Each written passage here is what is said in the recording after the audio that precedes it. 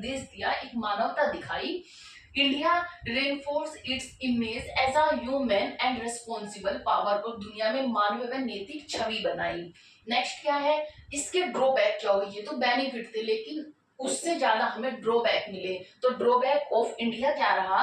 Drawback to India, letting go of strategic advantage, जो सामरिक लाभ छोड़ दिए, मतलब कि इससे हम बहुत सारी चीजों को कंट्रोल कर सकते थे। जैसे कश्मीर मुद्दा था, इसे हम इस परमानेंटली सोल्व कर सकते थे, या फिर और भी बहुत सारी चीजें थी जो हमने क्षेत्र पर कब्जा किया था, हम उसे ना छोड़ते, उसे भारत में ले लेते, तो वो भी हमने वापस कर दिया। या फिर जो 93,000 उनके सैनिक थे, उन्हें छोड़ने के बदले हम कंडीशंस रख सकते थे, तो वो सब हमने नहीं किया। तो ये हमारे लिए ड्रॉबैक का काम, ये ड्रॉबैक बना।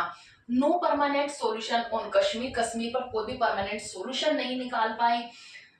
फ्यूचर बिट्रोए बाय पाकिस्तान, और पाकिस्तान दिन पे दिन क्या कर रहा है कि धोखेबाजी कर रही है। उस टाइम पर भी काफी धोखे दिए उसने, जैसे कि युद्ध हुए तो उस टाइम पर भी 1987 में, 1999 में फिर से वॉर हुआ, कारगिल का वॉर। उसके बाद हमारा संसद पर हमला हुआ, इस आतंकवादी हमला हुआ। इसके बाद मुंबई ताज होटल पे हमला हुआ, उरी का हमला हुआ, पुलवामा का हमला हुआ, जिसमें हमारे 40 जवान शहीद हुए। और अभी हाल फिलहाल में जो हमारा हुआ पहलगांव पर हमला, 26 जो हमारे टूरिस्ट थे वो क्या हुए, वो वहां पर मारे गए।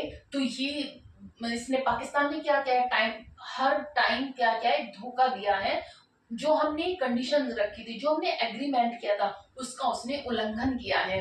तो ये क्या हुआ, ये इसके ड्रॉबैक हुए। इसका कंक्लूजन क्या निकला, निष्कर्ष क्या निकला? तो निष्कर्ष था, Shimla agreement so is India's political maturity and commitment to peace. Shimla समझौता भारत के राजनीतिक परिपक्वता व शांति की भावना को दर्शाता है। ये दर्शाता है कि भारत हमेशा शांति चाहता है।